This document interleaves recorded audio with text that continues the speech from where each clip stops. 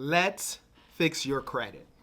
Today I want to talk about 6 steps that help me start with fixing my credit. So stay tuned.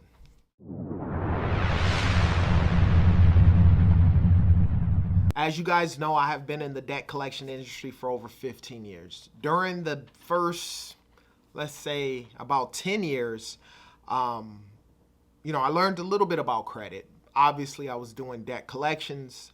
For the most part, it was collecting from people who actually owed. And the reality is, one of the things I knew was in the back of my mind, I didn't have credit established at that time. I think I had, back then when I first started collections, I had some medical bills with regards to a surgery that I had to get. And come to find out, I had insurance, but I didn't know I had had insurance at that time. But that's a whole nother story. But probably over the last 5 years of my life is when I started taking it serious. 9-10 years ago, I was married before, and the last old marriage where at that time span my credit went bad. I had credit card debt. I had auto deficiency loans that I didn't pay. And some other stuff. So my credit was messed up. When I remarried, my credit was still messed up, but at that time span, I knew that it was time to fix my credit. And over the course of about 2 years, I've taken my FICO score from, the low 6s up to past 750. Between 750 and 800 is where I stay, and my credit is cool. But I wanted to share with you guys the 6 steps that I did to start that journey. Understand, this is something that's going to take you some time, right? The reality is, for most people, it takes you about 6 months of non-paying on an account before it is charged off and sent to collections. And then, it can take you anywhere from 6 months to a year to 3 years before you actually pay. A lot of times people think, oh, okay, well, it's time to clean up my credit, and in 30 days, everything is going to happen.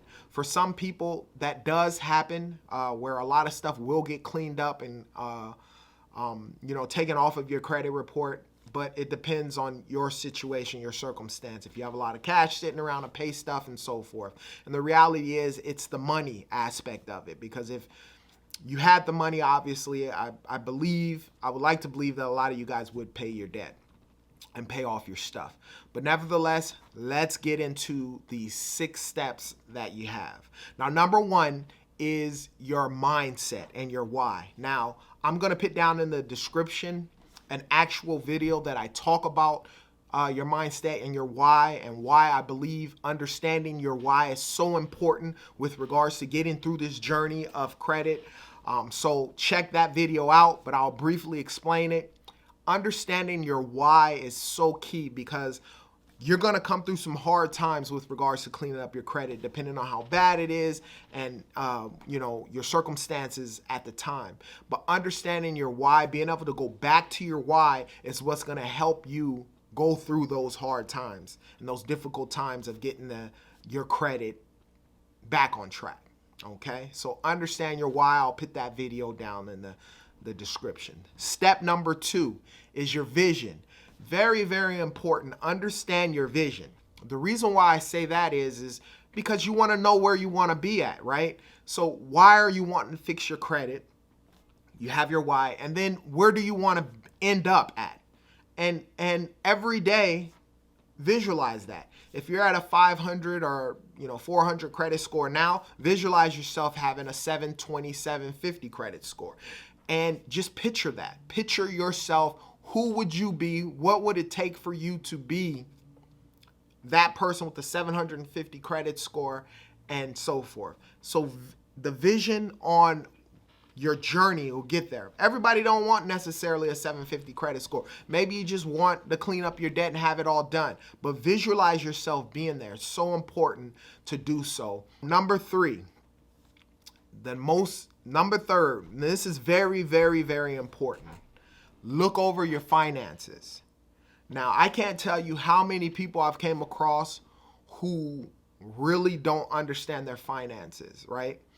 It's so, so important. I recommend grab yourself a spreadsheet, Get yourself a documentation with regards to Microsoft Word. If you can't do that, put it down on a piece of paper. That's how I started many, many years ago. I want you to list all of your bills, every single bill you pay each month. A lot of times we don't even have a clear understanding of how many bills. We just sort of kind of know, okay, we got to pay our mortgage or rent. We got to pay our car payments for those of you who have those car payments and pay your insurance. And you know, you pay the small minimum payment on a lot of the other things that you have out there. But make a list of every single bill that you have, from your rent all the way down to your Netflix monthly payments. Put them all down in a list and add it all up. Okay? Now, the next step with regards to your finances is I want you to look at your necessities versus your luxuries. Now, necessities are things that you have to actually pay, like your rent, like your car payment, like your insurance, like your health insurance, all of those types of bills. Luxuries are bills that you have, but that you don't necessarily need. And you gotta I want you to make 2 lists. Title it necessities, title it luxuries, and put those things down in those 2 lists. Once you figure out your necessities versus your luxuries, let's start trying to eliminate some of those luxuries. Why? Because you're going to need some money set aside, or you're going to need some money to start taking care of those bills that you have. So necessities, luxuries. Necessities is stuff that you have to do. Luxuries are stuff that is extra, that you don't necessarily have to do, like the Netflix accounts, maybe eating out each month, all of those types of things. Put those on one list, put the necessities in the other list. Now, once you've done that, figure out from your finances, after all your necessity bills are paid, how much money you have left over. You're going to need that with regards to cleaning up your credit. Okay. Number 4, let's pull a copy of your credit report. Now, I have a video on how to pull a copy of your credit report for free. Obviously, there are programs and stuff out there with regards that you can do that. I'll put it down in the description. But pull a copy of your credit report. And pull a copy of your credit report from the 3 major credit bureaus. That's Equifax, Experian, and TransUnion. Sometimes something may be on one credit report that's not on the other credit report, so pull all 3. And through freecreditreport.com, once a year you can get a free credit report from them for all 3. So pull a copy of your credit report. Number 5, disputing. Look at your credit report. Start disputing accounts that you don't know were on your account.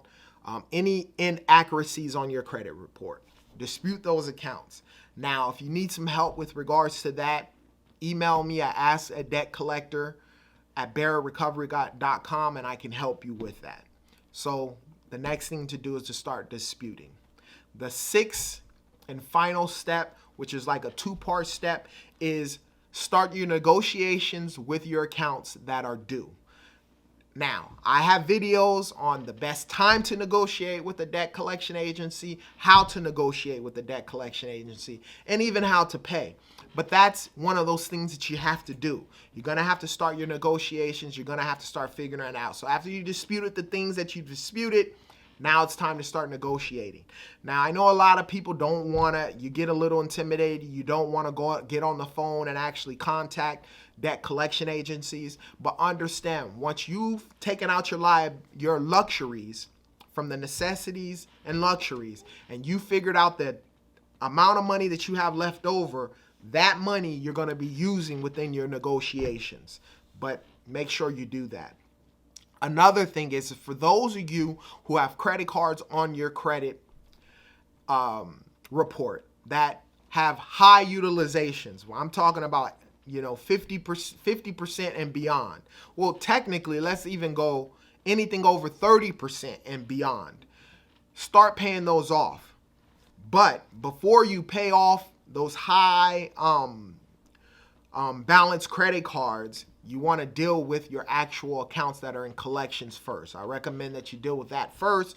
Once you deal with that, then you start paying down your credit card utilization with regards to your accounts. Now, that's how you start with regards to getting everything going. If you have any questions with regards to anything that I stated, put them down in the comment section. I promise you I'll answer them. For those of you who don't want to put it in the comment section, hit me on my email at askedebtcollector@bearrecovery.com, and I'll answer those questions through emails. As always, you be great.